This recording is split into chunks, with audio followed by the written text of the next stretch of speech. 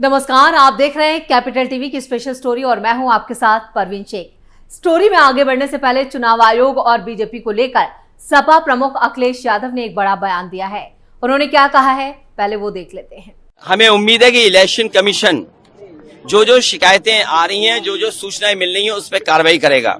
और कई जगह ऐसा सुनने को मिल रहा है जहां बीजेपी के कार्यकर्ता नेता बूथ पर कब्जा करना चाहते हैं। कई जगह जो शुरुआती दौर में एजेंट नहीं बनने देना चाहते थे। मैंने यहाँ पर एक अधिकारी को देखा। सपा प्रमुख अखिलेश यादव का यह बयान उनकी हार और बौखलाहट को दिखा रहा है। दरअसल तीसरे चरण के चुनाव के दौरान अखिलेश ने भी वोट जो है वो इटावा के सफाई में डाला था। उसी दौरान उन्होंने बीजेपी पर बूथ कैप्चरिंग का आरोप तक लगा दिया। समाजवादी पार्टी के प्रमुख और कन्नौज लोकसभा सीट से उम्मीदवार अखिलेश यादव ने कहा कि हमें उम्मीद है कि चुनाव आयोग जो शिकायतें आ रही हैं उस पर कार्रवाई करेगा। कई जगहों पर सुनने में आ रहा है कि बीजेपी के कार्यकर्ता नेता बूथ पर कब्जा करना चाहते हैं। मैंने यहाँ एक अधिकारी को देखा जो लोगों को गालियां दे रहा था। मैं मतदाताओं से बड़ी संख्या में मतदान करने और इस सरकार को हटाने की अपील करूंगा। अखिलेश यही नहीं रुके, उन्होंने आगे कहा, जिस समय मैं गाड़ी में आया उसे होश ही नहीं था क्या कर रहा है और लोगों को गाली गलौज कर रहा है। अगर पोलिंग स्टेशन पे आप लोगों को गाली गलौज करोगे, ये कहाँ का व्यवहार है? और चेक करने की अनुमति अंदर है, आप बाहर खड़े होकर पुलिस नहीं चेक कर सकती है कि आप वोट डाल के आए हो कि नहीं डाल के आए हो। ईवीएम पर भी सवाल उठाया आपने शुरू से ये अभी सवाल इस बहस में नहीं है। मैं मतदाताओं से कहूंगा कि ज्यादा से ज्यादा वोट डालें और ज्यादा वोट डाल करके इस सरकार को हटाएं। तो 2024 लोकसभा चुनावों में यूपी का सियासी तापमान सबसे ज्यादा गर्म है, क्योंकि दिल्ली की सत्ता तक पहुंचने के लिए यूपी को फतह करना जरूरी है। अखिलेश यादव का ये बयान बता रहा है कि यूपी में उनके हाथ कुछ नहीं आने वाला है। 80 लोकसभा सीटों वाला यूपी कई मायनों में बीजेपी के लिए काफी खास है। ऐसे में बीजेपी इंडी अलायंस की हर चुनौती को पूरी तरह से फेल करने में जुटी है, जिससे अखिलेश यादव की दिक्कतें सबसे ज्यादा बढ़ गई हैं। इधर राम मंदिर के मुद्दे पर बैकफुट पर आए विपक्ष की दिक्कतें पहले ही काफी बढ़ चुकी हैं। वहीं दूसरी तरफ समाजवादी पार्टी के सीनियर नेता राम गोपाल यादव ने राम मंदिर को लेकर बड़ा बयान दिया। उन्होंने राम मंदिर पर टिप्पणी करते हुए कहा कि वो मंदिर बेकार का है, मंदिर ऐसे नहीं बनते, राम मंदिर का नक्शा ठीक नहीं बना है, वास्तु के हिसाब से ठीक नहीं बनाया गया। वहीं रामगोपाल यादव के बयान पर सीएम योगी आदित्यनाथ ने भी पलटवार किया है। समाजवादी पार्टी का आस्था का सम्मान, उन्होंने साफ कहा, समाजवादी पार्टी आस्था का सम्मान नहीं करती है, ये राम के अस्तित्व को नकारने वाले लोग हैं।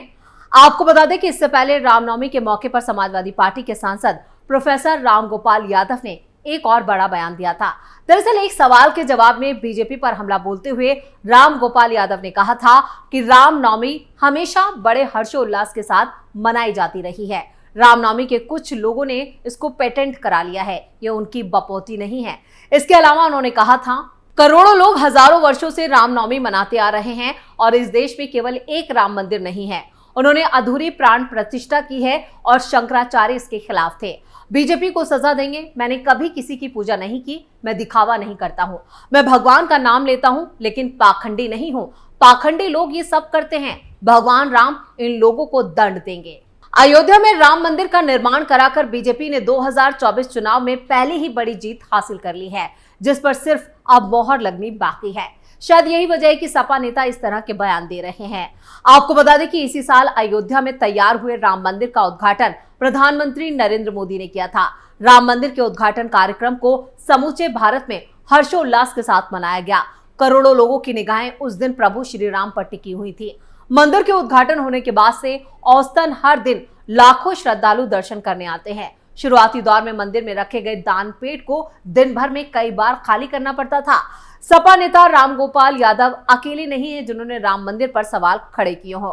विपक्ष के इन्हीं सवालों का करारा जवाब यूपी के सीएम योगी आदित्यनाथ ने दिया है। उन्होंने कहा, फिर एक बार मोदी सरकार, फिर एक बार मोदी सरकार। और लोग पूछते हैं कि मोदी सरकार क्यों?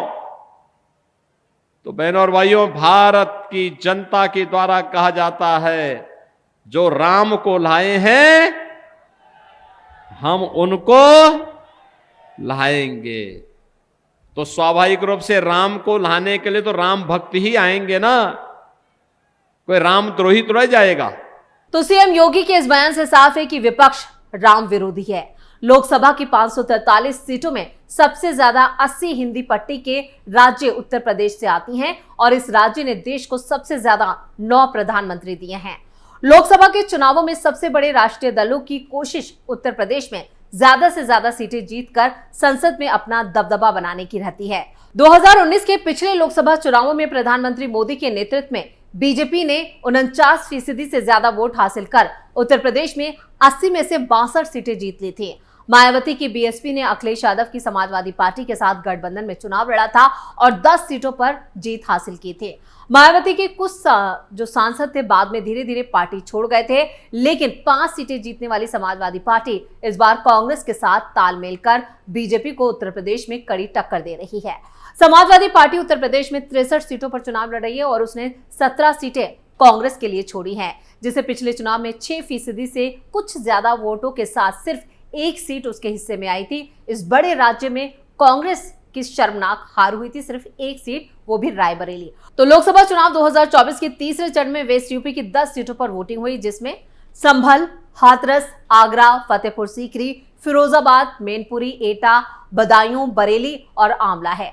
10 सीटों पर 100 कैंडिडेट चुनावी मैदान में हैं। इनमें 8 महिला प्रत्याशी हैं, तो वहीं यादव परिवार से जुटे 3 दिग्गज मैनपुरी से डिंपल यादव, फिरोजाबाद से अक्षय यादव और बदायूं से आदित्य यादव सियासी समर में उतरे। उत्तर प्रदेश में लोकसभा चुनाव के तीसरे चरण में मुलायम परिवार के 3 सदस्यों की अग्नि परीक्षा है। यहाँ समाजवादी पार्टी से मैनपुरी सीट से डिंपल यादव, फिरोजाबाद से अक्षय यादव और बदायूं से आदित्य यादव चुनावी समर में अपना दमखम दिखा रहे हैं। वहीं इस बीच इटावा के सैफई में वोट डालने के बाद अखिलेश यादव ने प्रेस कॉन्फ्रेंस की, लोगों से बीजेपी के खिलाफ वोट डालने को कहा। इस दौरान अखिलेश ने लोगों को संविधान खत्म करने का डर फिर से दिखाया। उन्होंने कहा, लोकतंत्र तभी तो सुरक्षित रहेगा जब वोट डालने का अधिकार और वोट डालने का मौका मिले। हम मौके पे कई हर बार ये कहा गया कि लोकतंत्र खतरे में है, आपके एक वोट के अधिकार को भी छीन लेगी। अगर ये पुलिस को आगे कर देंगे तो आपका अधिकार कहाँ बचा वोट डालने? तो तीसरे चरण में यादव परिवार की किस्मत जो है वो ईवीएम में कैद हो चुकी है। सपा संरक्षक मुलायम सिंह यादव के निधन के बाद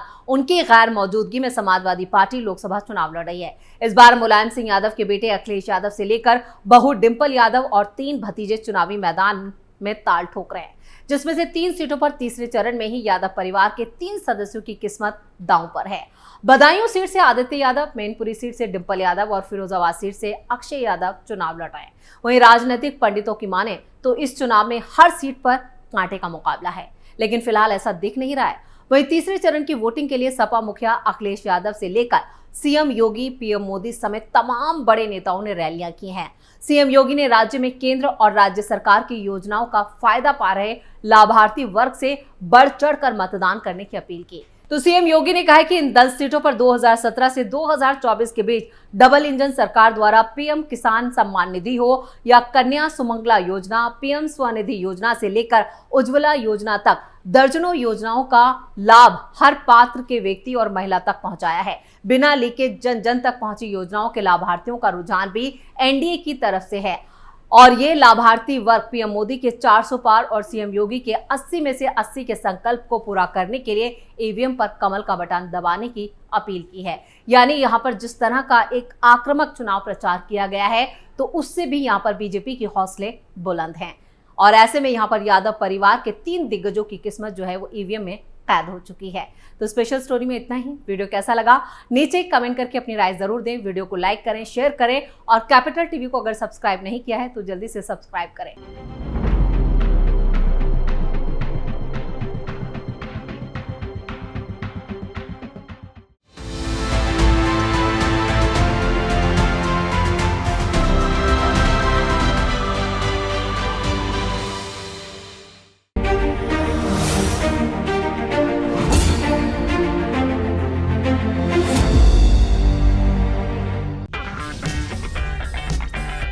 अगर आपको हमारा वीडियो पसंद आया हो तो इसे लाइक करें, हमारे चैनल को सब्सक्राइब करें और हाँ, बेल आइकन दबाना ना भूलें ताकि आप तक हमारे वीडियो की नोटिफिकेशन पहुंचती रहे। आप अपना सुझाव हमें कमेंट बॉक्स में दे सकते हैं। हमारे साथ जुड़ने के लिए शुक्रिया।